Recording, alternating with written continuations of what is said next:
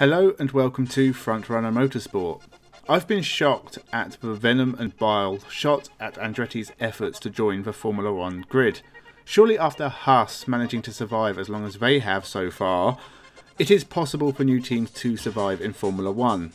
Well, when you remember that there are a lot of aborted efforts, as well as teams that made it and died, even in the last 10 years or so, a level of quality is to be expected, nay demanded, from the FIA and the fans of Formula 1, but that was not always the case.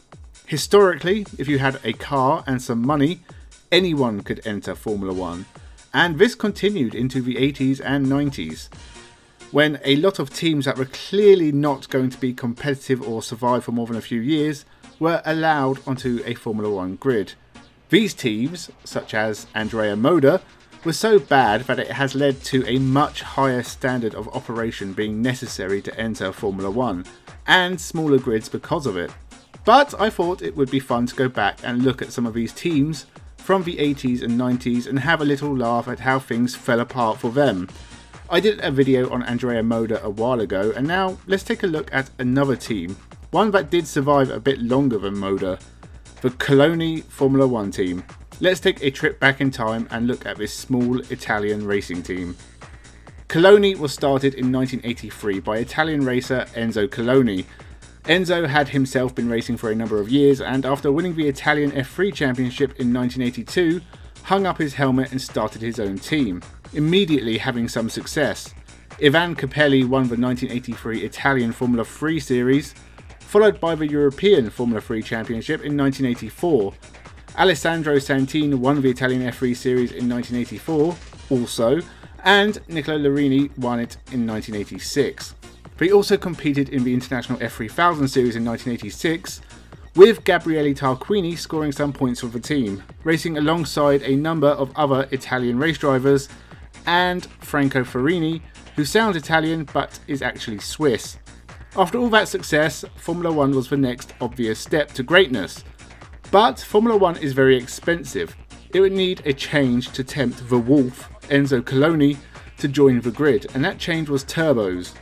Turbocharged engines are very expensive and would be banned from 1989, making Formula 1 a lot cheaper to enter. Coloni would be one of many, mostly Italian teams to join the grid over the next few years. Enzo Coloni had a thing for cars designed for his own team, rather than buying a chassis from someone else. The first Coloni Formula 1 car was designed by Roberto Ori, a former Dallara apprentice. Paired with a Ford engine, the FC187 was about to join the Formula 1 grid, but not until round 11 at Monza, and Nicola Larini failed to qualify for the race. He was nearly 2 seconds off former Coloni employee Franco Farini in an Osella. They gave it another go at Jerez in Spain. Nicola Larini just qualified in 26th, and Coloni were about to take part in their first Formula 1 race. Larini retired on lap 8. Senna pulling away there, and this is Nicola Larini in the new Italian Coloni, apparently retiring from the race. Yes, out he goes. He failed to qualify at Monza. He qualified well at Jerez, but his race didn't last very long.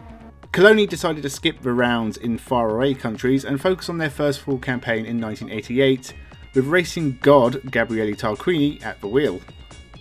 This was by far the most successful year in the team's short Formula 1 history. It didn't come with any major success or points for that matter, but this was as good as it got for Coloni. Their biggest issue was money. With little funds, the 1988 car was not a big jump forward from the previous car, and as the season went on, they lost out to rival teams who were able to make small improvements. Effectively, Coloni stagnated as the season went on. 1988 began well. Gabriele Tarquini qualified for the first 5 races. He retired from the first 3 but got the team's first finish in Mexico, 14th and 5 laps down. This was followed by Coloni's best ever result, 8th in Canada, a race where 14 cars finished, so as you can imagine, a very good result. And then the downturn.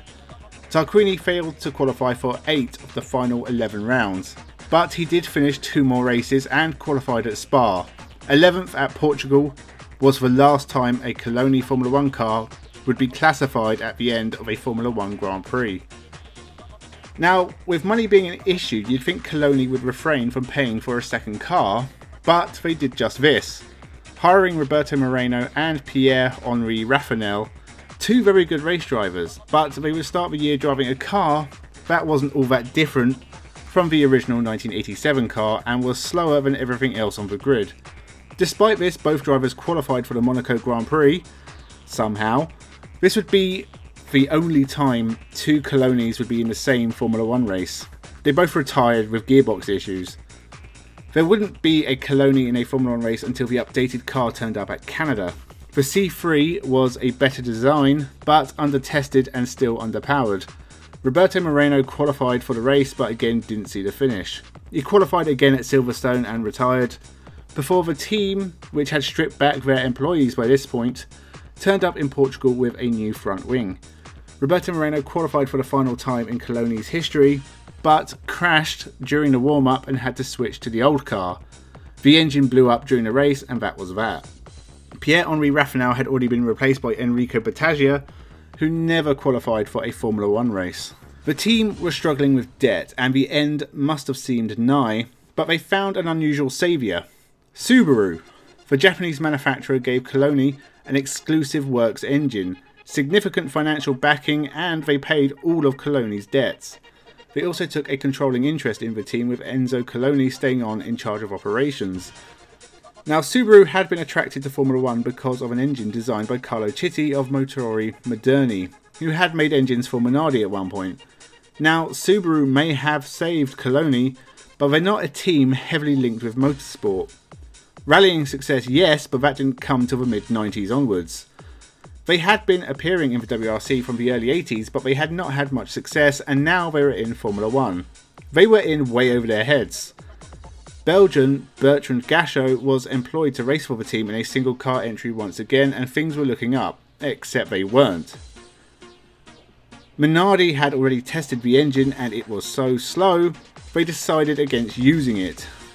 The Subaru engine was too slow for Minardi. Also, the team weren't ready until the day of the Phoenix Grand Prix that started the season. Their first shakedown of the car took place in the car park of a supermarket and they failed to qualify.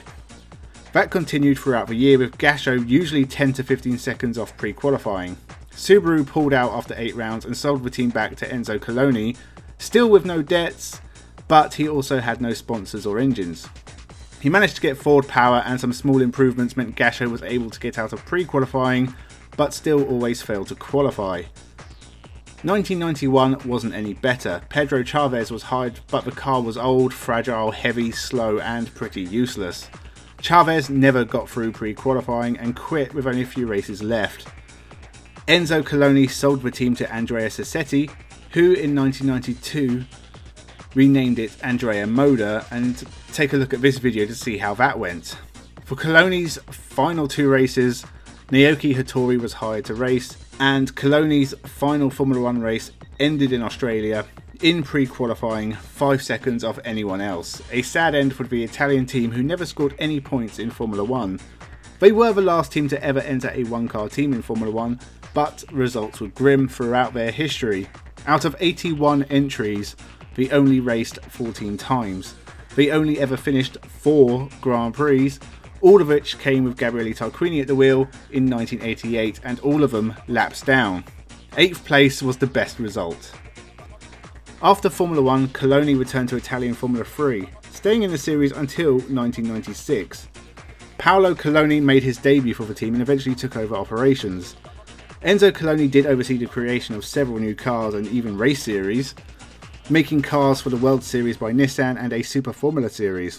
In 1997, they re-entered International F3000. Giorgio Pantano would take the team's first wins in 2002 and finish runner-up in the championship.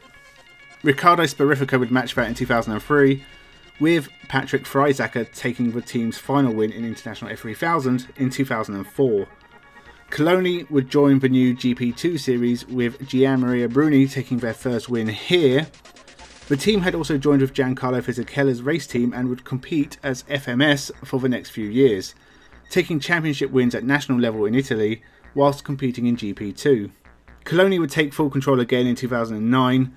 Luca Filippi would take their final win in 2012. They then left GP2, although I'm not sure why. There may have been some disagreement over how GP2 was run, but I don't know. And that was the end as far as I can tell. Coloni's story seems to stop there, apart from Paolo Coloni Racing turning up in AutoGP in 2015 before that series collapsed. A fitting end to the Coloni story. So why did it go wrong? Well, money mainly. Coloni never could compete with the top teams without funding. Poor organisation seems to have also been a problem, and the Subaru deal could have gone either way. If the engine was good, then Coloni had an exclusive works deal on which to build on, but once Subaru pulled out, it was back to struggling. They were killed by ambition. They were a very good junior Formula team, but Formula 1 was a step too far. They are just one of many small Formula 1 teams from this period, and if you would like me to look at more of them, make sure you subscribe and leave a comment down below. Thank you for watching, and have a good one.